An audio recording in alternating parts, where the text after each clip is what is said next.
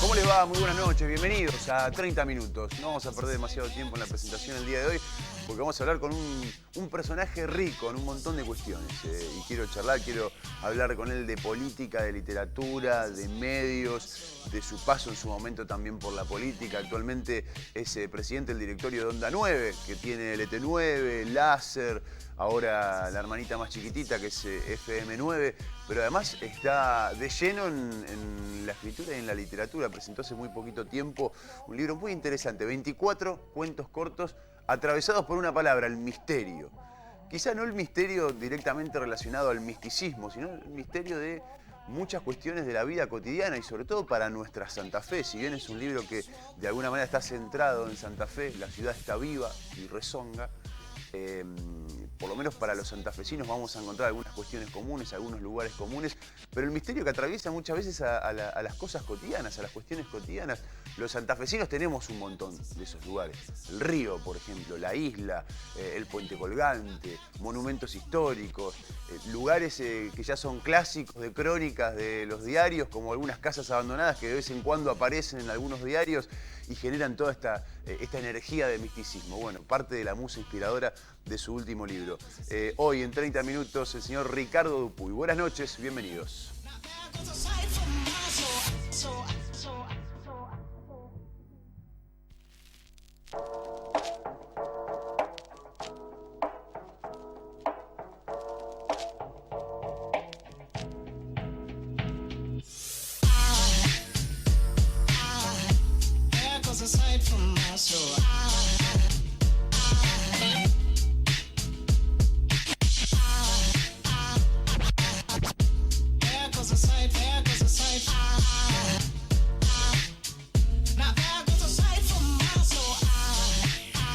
Ricardo Dupuy, el señor Ricardo Dupuy está hoy con nosotros. ¿Cómo andas, Ricardo? Bienvenido. Hola, muy bien, Juan, y muy bien. ¿Todo bien? Gracias por venir. No, al contrario, un gusto.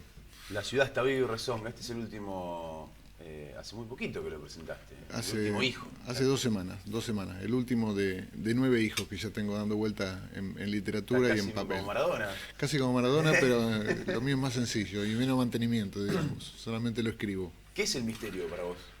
Mira, el misterio es una mirada distinta sobre las cosas. Yo creo que no solamente se trata del misterio relacionado con lo religioso o con lo arcano, sino que tiene que ver con una mirada distinta que hagamos sobre cualquiera de las cosas que cotidianamente pasan en torno a nosotros. Recién te decía, el misterio es por qué estamos haciendo esta nota, o alguna base de misterio tiene que ver por qué estamos haciendo esta nota en mi Santo Tomé. Yo me crié acá, y en este mismo terreno donde está hoy el canal, hace unos cuantos años atrás, nosotros no solamente cazábamos perdices, porque acá, aunque parezca mentira, había perdices hace poco. Y se cazaba perdices. Sino que tiene que ver con algunos de los relatos que cuento, que tiene base en este terreno. En este mismo terreno. O sea, en este lugar donde estamos ahora sentados. Exactamente. Uno de tus cuentos. Uno de mis cuentos transcurre acá cerquita porque es el de un circo que hace muchos años se vino a instalarse por esta zona.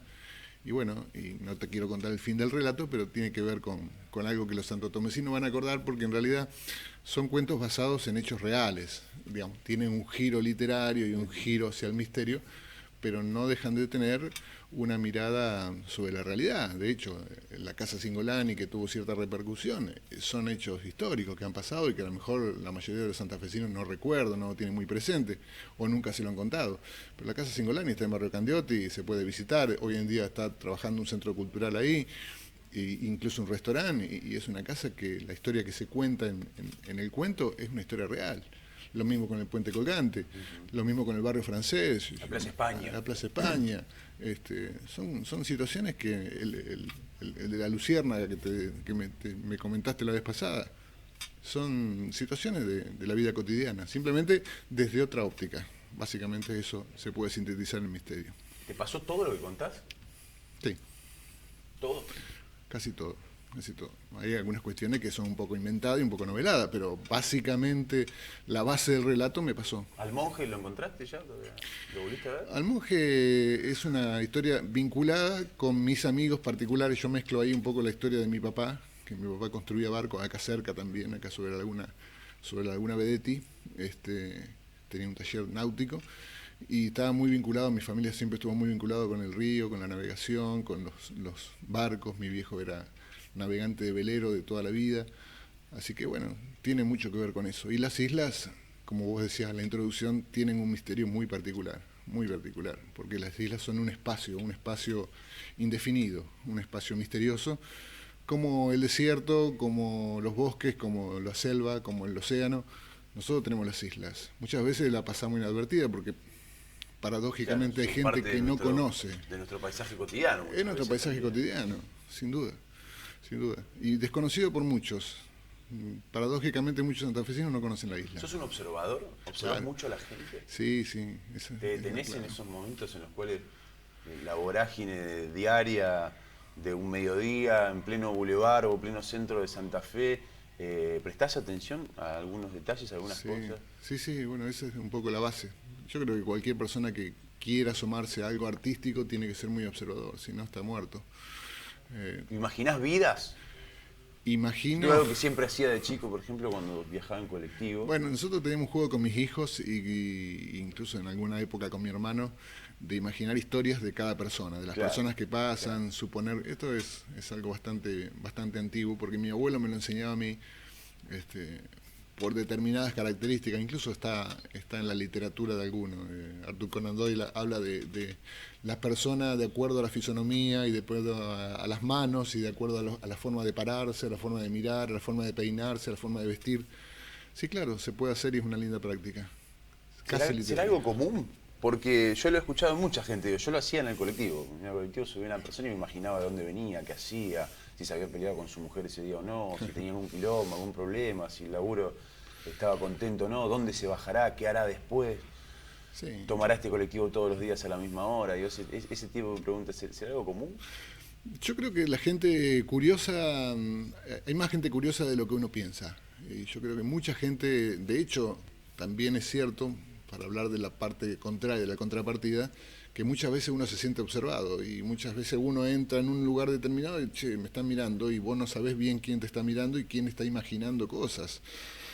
Porque la imaginación es absolutamente ilimitada en el ser humano, ¿no? Uno puede imaginar cualquier cosa y eso es un poco lo que en la literatura se trata de reflejar, no solamente yo, sino los grandes escritores de verdad se basan en una mirada imaginativa de la realidad. Siempre te centraste más en tus inicios, digo, como abogado, docente, en textos académicos. El Manual de Derecho Administrativo Laboral Docente, que muy reconocido hoy, es un punto necesario para muchos abogados y estudiantes, y está escrito por un santafesino acá y en Santa Fe. Estuviste fuiste subsecretario de Educación en la gestión de Obey, la política, el derecho. ¿Cómo hiciste para abstraerte de esa vorágine de la vida cotidiana, para sentarte a escribir cuentos, para imaginar, para volar, para poner una cuota de misterio?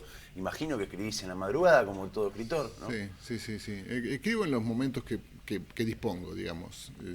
Por ahí, anoche terminé de escribir, que estoy en un nuevo proyecto, terminé de escribir tarde, pero siempre, mi vida fue siempre así, de muchos matices, y me gusta que sea así, digamos. Yo tengo una beta política, tengo una beta docente, por supuesto, muy importante, porque yo provengo de una familia docente. En mi familia, mi mujer es docente, se habla mucho de docencia, mi mamá es docente jubilada, digamos, está muy cotidianamente la cuestión pedagógica dando vuelta. Y bueno, y el desafío de la radio es un desafío que vino también por la abogacía, en realidad. Y los manuales, mira, yo tengo vocación por los libros, básicamente. Lo mío siempre fueron los libros. Y yo ahora en perspectiva, esto en su momento no lo planteaba, yo creo que todo desembocó en la literatura. Mi gran vocación es la literatura y siempre lo fue. Claro, empezar mi primer libro de docencia fue a los 26, 27 años, cuando estaba recién recibido de abogacía, digamos. No daba para escribir literatura. Si bien escribía literatura, no daba para a lo mejor tentar a una editora para que me lo publique. Pero sí el tema docente, sí el tema jurídico, porque era un tema necesario, porque los docentes son muy... digamos, están muy voraces por cualquier texto, incluso los textos de derecho que yo escribía, y siempre en mis textos de derecho hay alguna, como me decía el otro día una docente, hay una pincelada literaria porque yo lo tengo muy intrínseco ese tema. Así que bueno. ¿Y lográs abstraer? O sea, lo tenés perfectamente ordenado. Por lo que Sí, considero, ¿no? sí, a esta altura de mi vida sí. A esta altura de mi vida sí. De hecho, estoy trabajando en un proyecto que tiene alguna vinculación literaria, pero con otra muy histórica, que es el fantástico, te lo titulo solamente porque lo tengo muy verde todavía dando vuelta, el fantástico tema del fuerte de Santi Spíritu. Me parece algo formidable lo que hay en Santi Spíritu, y los santafesinos lo estamos mirando de reojo. Muchos ni saben dónde queda el fuerte de Santi Spíritu. Tenemos tantas cosas los santafesinos realmente. Sí, pero vos te imaginas que el primer asentamiento en la República Argentina lo tenemos acá a 50 kilómetros, no ¿Cuál? Santi Spíritu. ¿Fue el primer asentamiento de toda la República Argentina? De toda la República Argentina. Mirá, no tenía ese dato. Sí, 500 años, 1527, estamos a punto de cumplir 500 años de que Sebastián Gaboto, una calle acá cercana se llama Sebastián Gaboto, y la gente por ahí no sabe quién fue Sebastián Gaboto, pero fue una persona que formó Santi Spíritu hace 500 años, se asentó un grupo de españoles acá, muy cerquita de donde estamos en este momento. Muy cerquita del río Coronda, digamos. El río Coronda, a la vera del río Coronda. Exactamente. Bueno, Callastá tiene, yo cada vez que paso por Callastá dentro. Ya Bueno, me la conozco de memoria, digamos. Pero... Santi Spíritu es mucho más importante que Callastá, históricamente hablando. Mirá, Primer asentamiento en todo el Río de la Plata. ¿y estás escribiendo algo vinculado a eso? Por lo pronto estoy recopilando material. Porque está la historia del Rey Blanco. Bueno, no te quiero sacar de tema, pero digamos, el Rey Blanco me parece una historia fabulosa también. Pacho O'Donnell escribió algo sobre el tema. Los cuentos cortos, digo, porque acá hay 24 cuentos cortos. No los leí todos, porque recién ahora pude conseguir tu libro, recién hoy, pero leí algunos.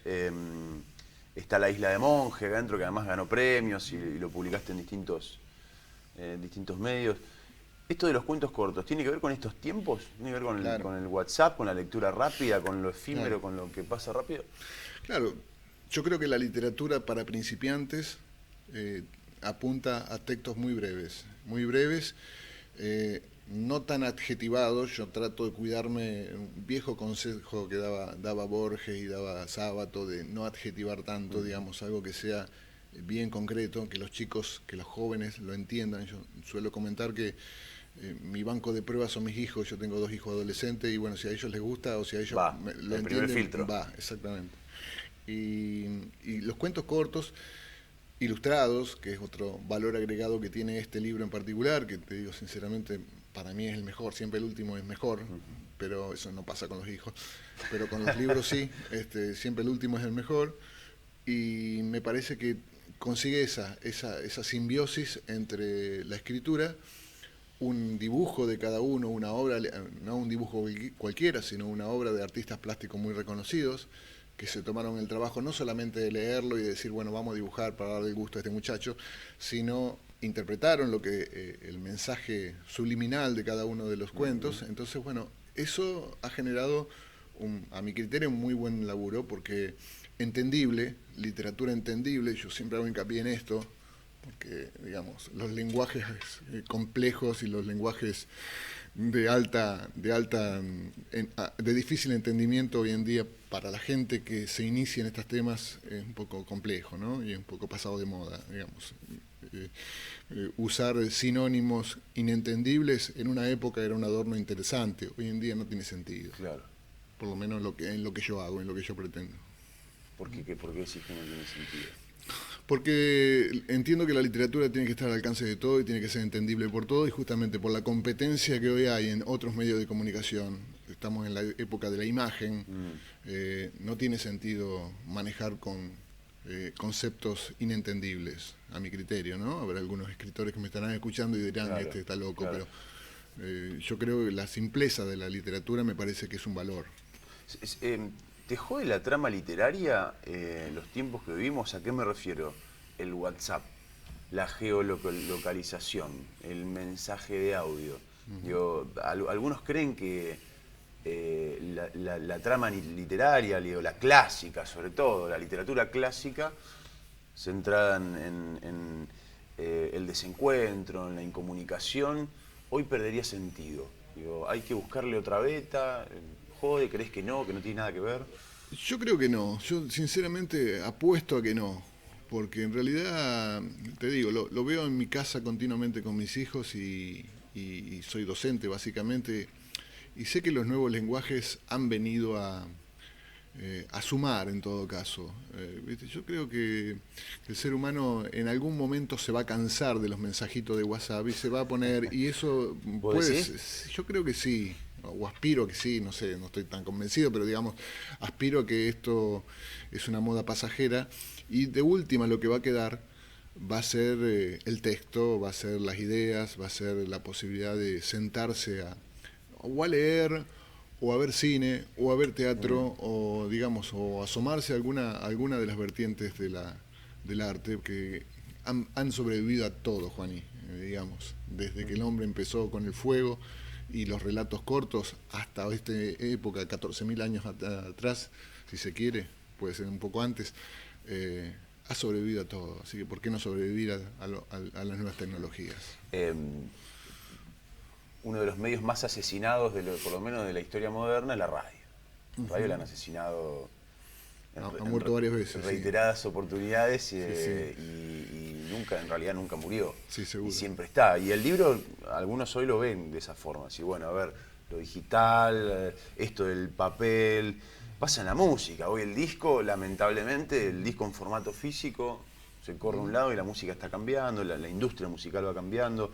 Vos te relacionás con estas tres cosas, con la radio, obviamente con los libros y la literatura, también con la música. ¿Cómo te llevas con cada una de ellas? Mira, me parece que es la humanidad, ni más ni menos. Digamos, lo que uno pretende de la humanidad está combinada en estas cosas. Me parece que la comunicación, que los medios de comunicación, en mi caso particular, es un desafío muy interesante. Porque la radio, como vos decís, como dice la canción, tantas veces la mataron y sin embargo está aquí. Por eso te digo que yo aspiro a que el objeto libro, como dicen los vendedores y como dice la gente que se dedica a la literatura, el objeto libro va a sobrevivir. El objeto libro va a sobrevivir porque quizá no todos tengan la oportunidad de hacerlo, pero llegar a tu casa y encontrarte con un libro o en un momento de ocio reflejarte en una página, me parece que tiene un encanto absolutamente clave, absolutamente fantástico. Y ya te digo, a lo mejor las redes sociales de alguna manera van a servir para eso, pero el objeto en sí mismo es muy valioso. Después que estén los textos digitalizados o que muchas veces uno pueda leer por internet, ayuda. En todo caso, lo que habría que buscar es que eso genere una chispita para que encienda el fuego de la literatura. Pero me parece que tarde o temprano la gente se va a empezar a dar cuenta y va a volver. Por supuesto que no desconozco que la influencia de la imagen, sobre todo sobre la gente joven, es muy fuerte, digamos. Mi hija... No sé, Es tremendo. Yo veo a los bebés, le pasás una pantalla por delante y abren los ojos. y sí, como sí, nada. vivimos en la era de la pantalla, pero Es tremendo. bueno, yo aspiro a que esto, ya te digo, sirva como para apuntalar la literatura, el arte. Yo hablo de la literatura porque me convocás para hablar de mi libro, pero en realidad el arte. Un cuadro sigue siendo atrayente y vos ves las exposiciones de los artistas y vos decís, ¿cómo puede ser que haya 1000 personas, 500 personas en un museo de artes plásticas?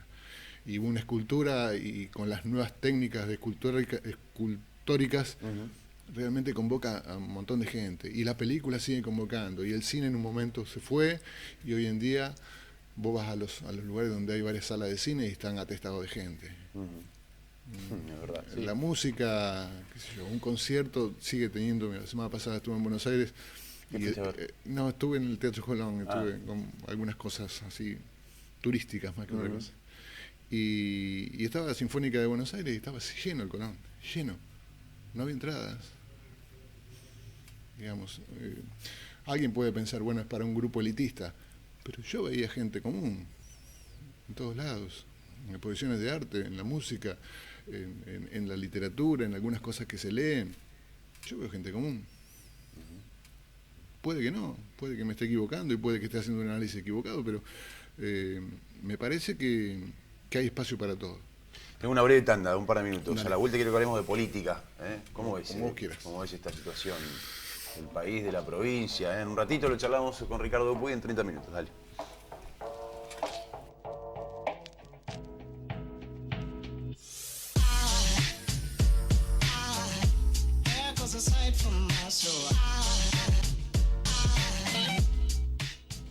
Vacaciones de invierno increíbles. Del 6 al 21 de julio, jugá, sorprendete, explorá, imaginá y divertite con las propuestas que los espacios culturales de la provincia tienen para vos. El Tríptico de la Imaginación, la Casa de la Cultura, el Centro Cultural Provincial, Zapucay, Los Aleros y el Museo Ameguino, Histórico y Rosa Galisteo. Te esperan para vivir en familia unas vacaciones increíbles. Entrada libre y gratuita. Consultá la agenda completa en www.santafe.gov.ar/cultura. Gobierno de la Provincia de Santa Fe.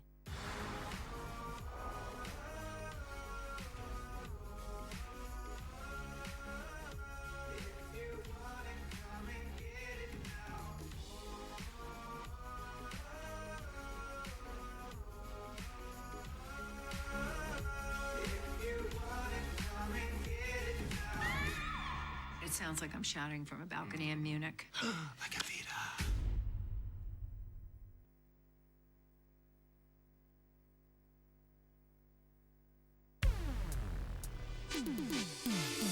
Estás a un clic de sacar un préstamo en el acto.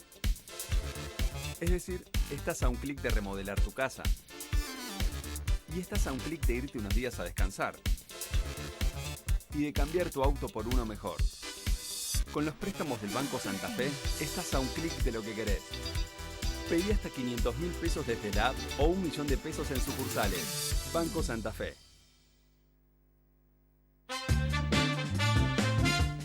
Este mes del amigo, podés ganarte un viaje a Salta para 2 personas. Ingresá a nuestra fanpage para duplicar tus chances. Mantené tu abono al día y ganá con Cable Video. Cámara de Diputados, Provincia de Santa Fe. Diálogo Transform.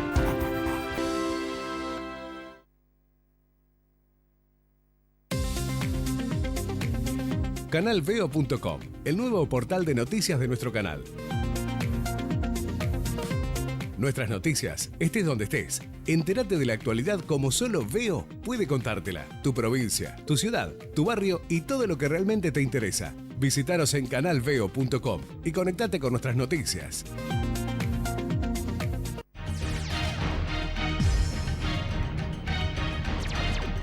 Con Cable Video podés ganar todos los meses entradas para Cinemark. Mantené tu abono al día. Hacete fan de nuestro Facebook y gana con Cable Video. Por ser abonado a Cable Video, te damos un 20% de descuento en tus compras en la farmacia de Jerárquico Salud y 20% de descuento en su centro deportivo. Mantené tu abono al día y ahorrá con Cable Video.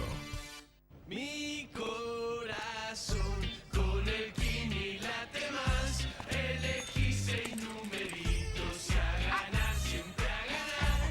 No dejemos de soñar. Kini 6, vos sos mi amor. Vamos todos a jugar. Dale, prendete. Vos también hacete fanático al ritmo del Kini 6 y vení a festejar todas las semanas.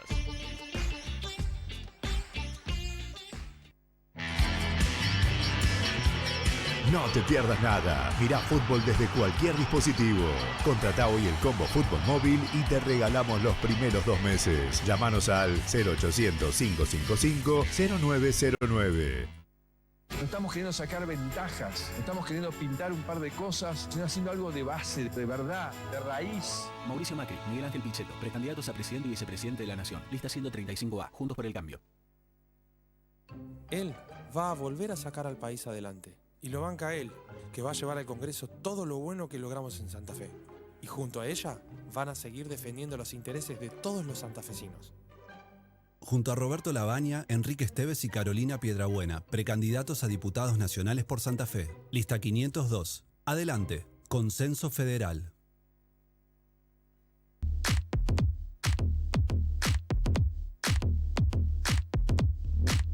Martín Rosúa, precandidato a diputado nacional, lista 504B, Vamos Todos.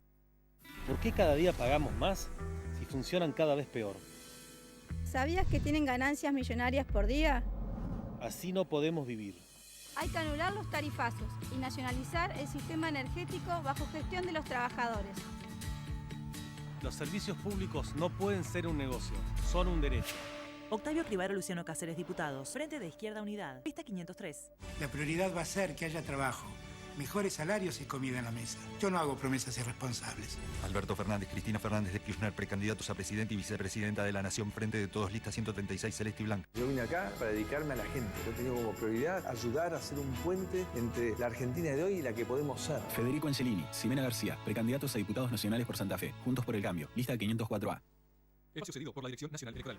Basta de lo mismo en el Congreso. Renová. Juan Carlos Blanco, Mara Ferrari, diputados por Santa Fe. Lista 1A. Desarrollo agroindustrial. 177. Movimiento Independiente Renovador.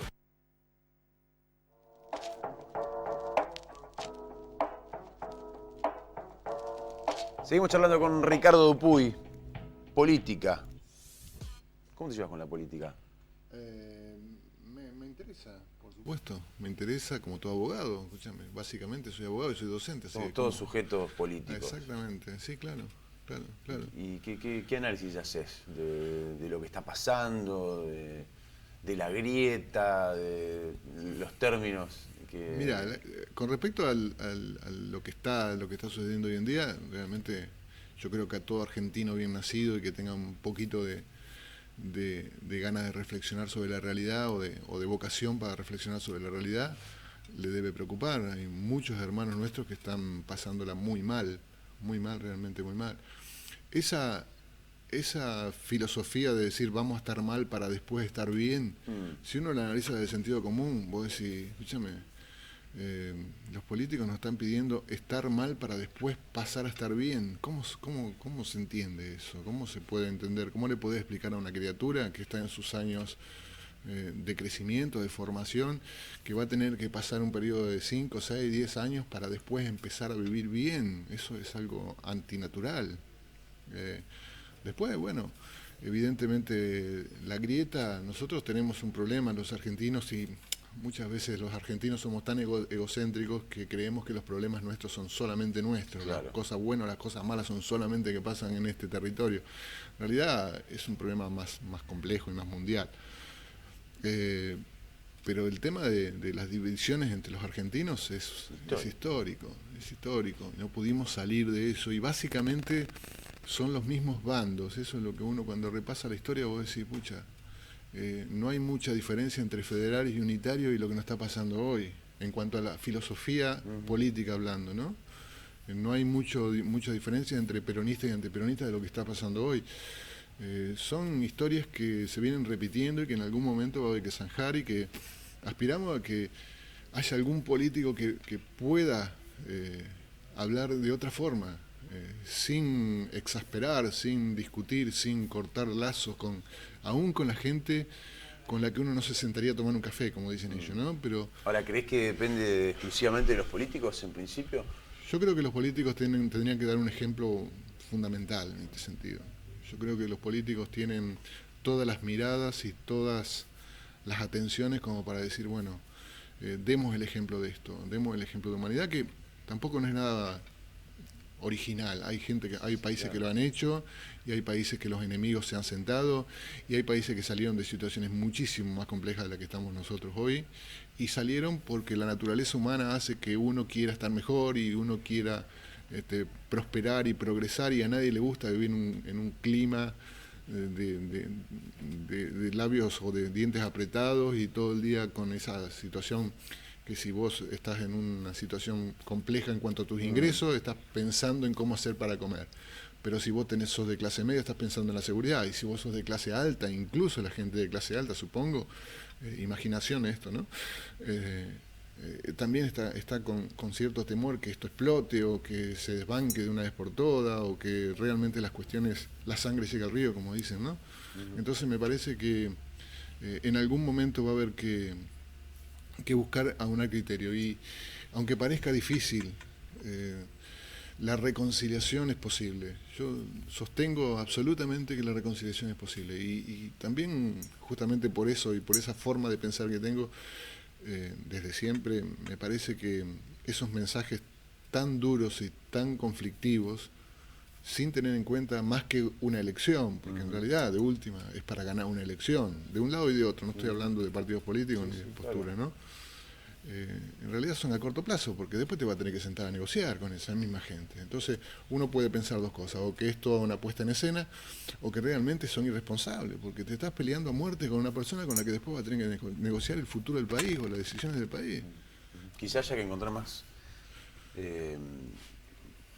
caminos comunes, más cosas que uno, como la música y la literatura, por ejemplo. La literatura no te pregunta. Pero sin duda, el arte es la unión de la gente, sin duda alguna. Contame dónde encuentro tu último hijo, tu noveno, como el último Diego. hijo está en las redes sociales, en cualquiera de mis redes sociales, tanto yo como mi gente se los mandamos donde quieran, porque nos interesa básicamente que se lea, que se discuta, que se cuestione. Vos sabés que a mí siempre lo cuento como una cosa que me llamó mucho la atención, pero en mis anteriores novelas había gente que la leía y que no me conocía y que me mandaba dibujos del protagonista, ¿viste? Entonces, cosa que a mí realmente me pone muy contento, sinceramente, y me doy por pago, absolutamente por pago de el laburo que significa hacer un libro. Después, en las librerías de Santa Fe, en el espacio de la revista Toda, en todos los espacios de la revista Toda, que fueron los editores. Realmente no hablamos de los editores, pero editar un libro en estos momentos es una apuesta, ¿no? Es una apuesta importante. Y lo que hace la gente de la revista Toda, no solamente la parte editorial, sino con la revista, con las cuestiones artísticas. Sí, genial. Realmente es una apuesta muy, muy importante en Santa Fe, ¿no? Así que lo pueden encontrar donde quieran, es cuestión de tener ganas. De buscarlo. Gracias por venir, Ricardo, un gusto tenerte, de verdad. Al contrario, un gusto. La ciudad está viva y rezonga. Que siga viva y que siga rezongando. Que siga rezongando. Gracias por venir. Al contrario. Nos encontramos en el próximo 30 minutos. Chau.